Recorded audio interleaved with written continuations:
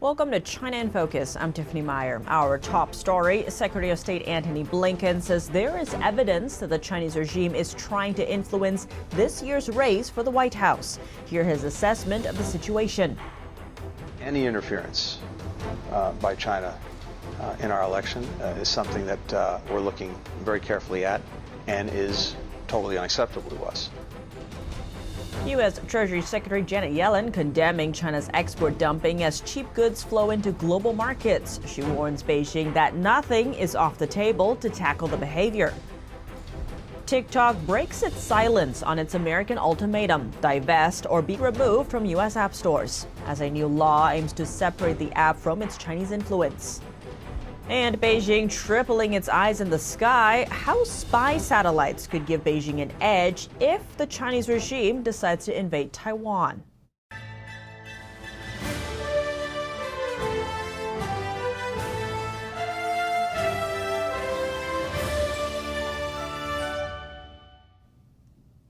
Welcome to China in Focus. I'm Tiffany Meyer. Before we turn to today's top story, I would like to share an announcement. We're releasing a special report this Saturday to mark the anniversary of a major event in China. 25 years ago this week, 10,000 people practicing a Chinese meditation system called Falun Gong gathered peacefully in Beijing. The event seen as the trigger of a brutal persecution campaign that continues till today. What really happened, and how did Beijing's crimes against humanity escalate to forced organ harvesting? Here's a sneak peek. The world first heard of Falun Gong 25 years ago. On April 25, 1999, 10,000 Falun Gong practitioners gathered in front of Zhongnanhai, the home and office compound of the Chinese leader. The spiritual meditation practice teaches the principles of truthfulness, compassion, and forbearance, and was first released to the public in China in 1992. 7 years later, it had growth so popular that the Chinese Communist regime deemed it a threat. 3 months after that peaceful demonstration, Beijing launched an all-out persecution against the faith, seeking to eradicate the 100 million people practicing. I said, this is a Buddhist revival movement. I don't see that as this massive threat. So there was something else going on. Those practicing Falun Gong inside China were fired from their jobs, kidnapped from their homes, and thrown in prison. But later, evidence of an even worse crime started to come out to light: the forced organ harvesting of prisoners of conscience while they're still alive. Those organs going on to supply China's lucrative organs match and transplant market. The organ harvesting is the genocide aspect. This entire organ transplant system was built on the backs of Falun Gong. This is something that is going to hit every group. It's going to hit the Tibetans. It's just a question of getting the right hospitals set up in their region.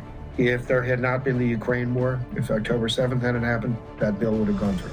Watch our interview with investigative reporter and Nobel Peace Prize nominee Ethan Gutmann this Saturday, April 27th on NTD's China in Focus.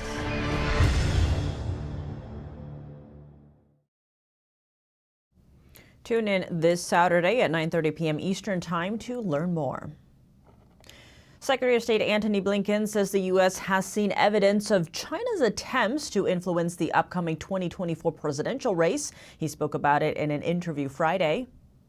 That any interference by China in our election is something that we're looking very carefully at and is totally unacceptable to us. Well, again, I'd have to look at the specific reports that you're referring to, but we have seen, generally speaking, evidence of attempts to influence and arguably interfere, and we want to make sure that that's cut off as quickly as possible. Blinken said he repeated a message to Chinese leader Xi Jinping during their meeting on Friday. It's the same message President Biden gave Xi during their summit last November. Do not interfere in the 2024 U.S. presidential elections. Xi promised Biden his regime would not meddle. CNN reported that Blinken said there was concern China and other countries would use influence campaigns to play on social divisions inside the U.S. The Chinese regime has repeatedly denied interfering in U.S. elections. But actors believed to be connected to the regime have been accused of political interference in other countries like Canada.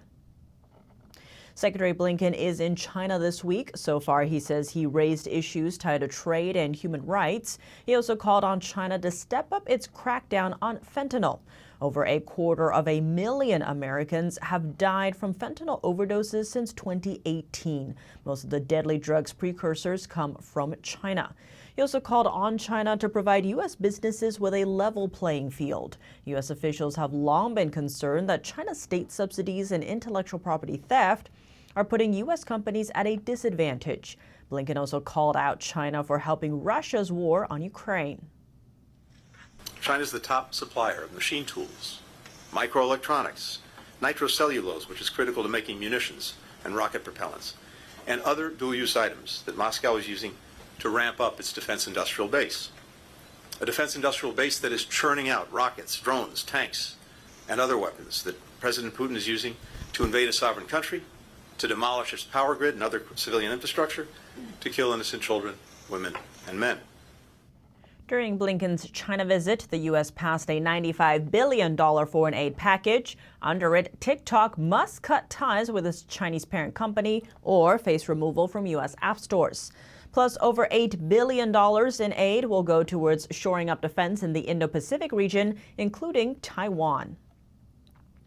Blinken met with his counterpart Wang Yi earlier in the day Friday. Wang warned the U.S. is facing a choice between stability and what he called a downward spiral. He presented two options: cooperation or confrontation. He also claimed the U.S. is trying to suppress China's economy and trade, as well as its scientific and technological development. What's more, Wang accused the U.S. of overhyping concerns about China's manufacturing surplus, which the West accuses of flooding global markets. The Chinese regime passed a new tariff law Friday meant to retaliate against any actions it might face. An update on a no-limits partnership. Russian President Vladimir Putin said Thursday he plans to visit China in May. It would become the Russian leader's first foreign trip since he extended his rule for 6 more years. Putin announced the plan during a Congress of the Russian Union of Industrialists and Entrepreneurs in Moscow. He didn't say when it would take place. The Russian leader's inauguration is scheduled for May 7th. Russia's growing economic and diplomatic isolation has made it increasingly reliant on China due to its war against Ukraine. Media outlets reported last week, citing unnamed U.S. officials, that Beijing has boosted sales of machine tools, microelectronics, and other technology to Russia. Moscow is repeatedly using the equipment to produce missiles, tanks, aircraft, and other weapons. The geopolitical stage is set for a whirlwind of strategic visits. Russia's Putin is planning a trip to China as China's Xi Jinping sets his sights on Europe. For a deep dive into the diplomatic maneuvers, plus Blinken's journey in China this week, we spoke to James Gorrie, Epoch Times contributor and author of The China Crisis. James Gorrie, thank you so much for joining us. Great to have you back on the show. Nice to be here, Tiffany. Thanks. Now, Secretary of State Antony Blinken wrapped up his China trip by meeting with Chinese regime leader Xi Jinping. What do you see as the biggest takeaways from this trip?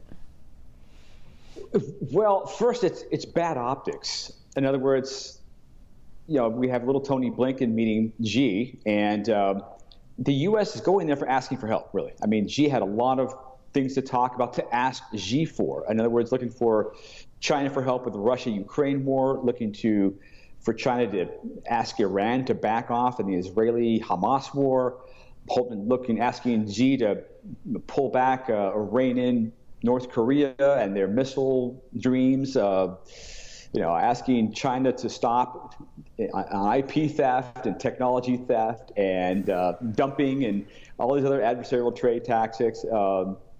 It's the U.S. asking for help in all these areas, and Xi's response is, well, we can be partners. I mean, that alone, that's China setting up the foundation for this relationship. Bad optics all around.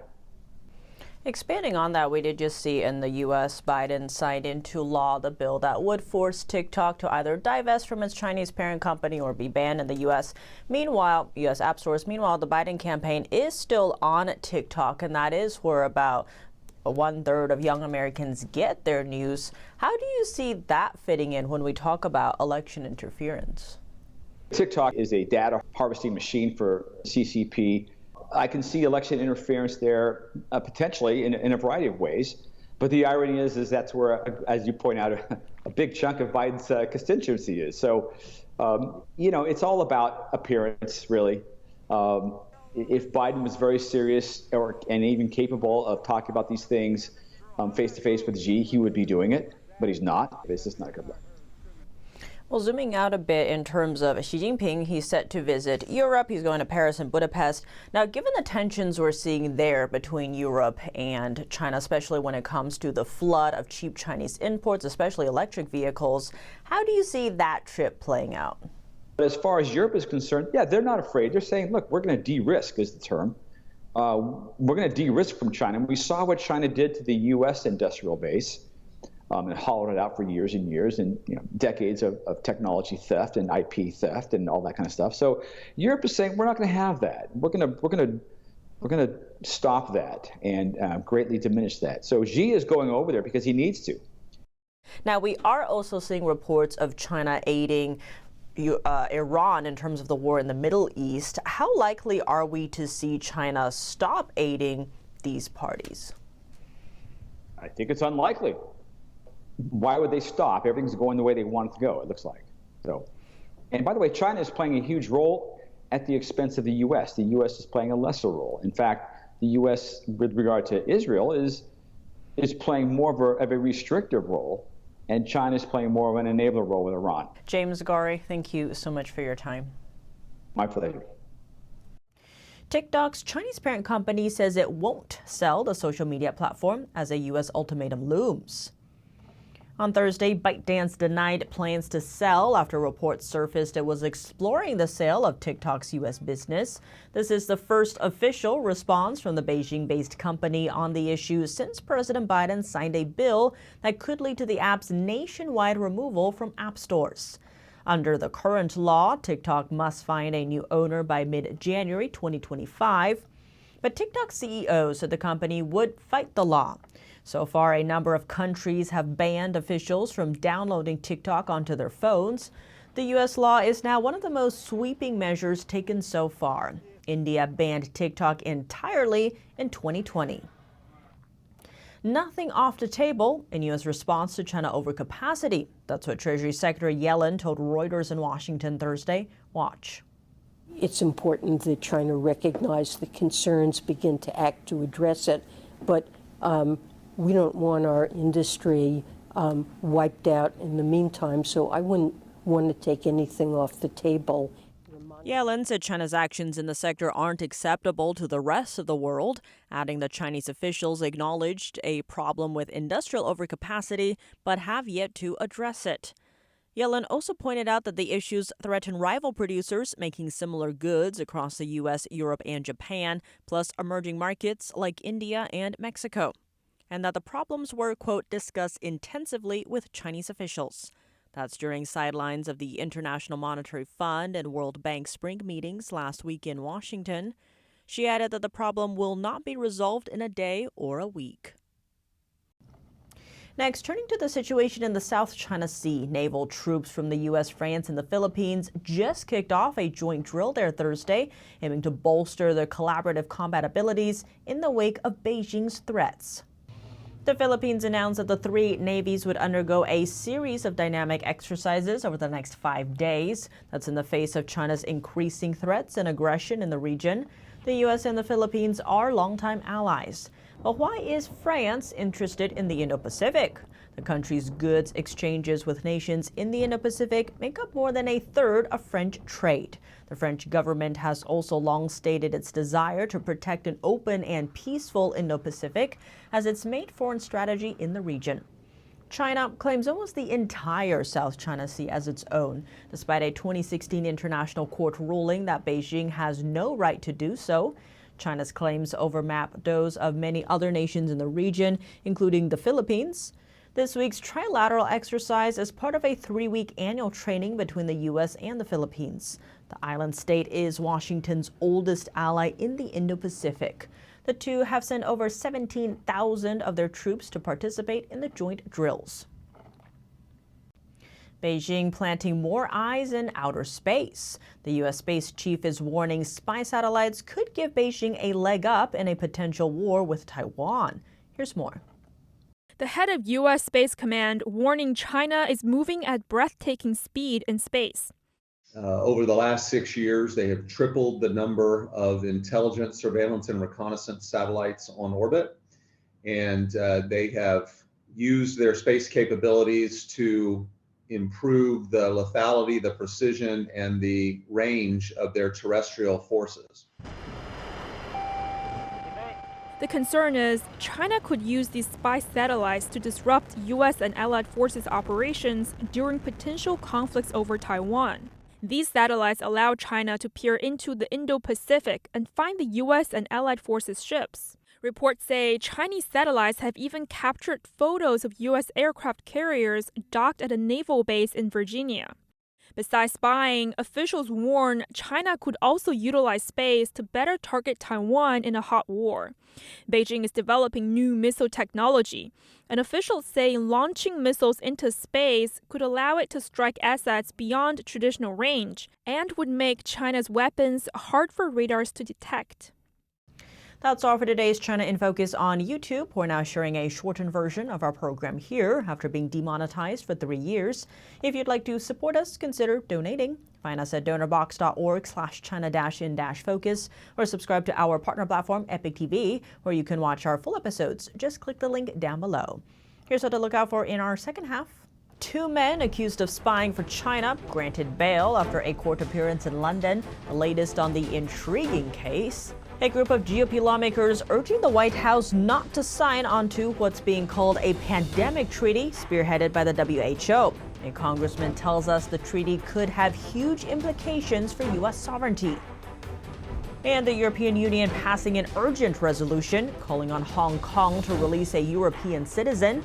More on that after the break here on China in Focus. Thanks for watching China in Focus. I'm Tiffany Meyer. See you soon.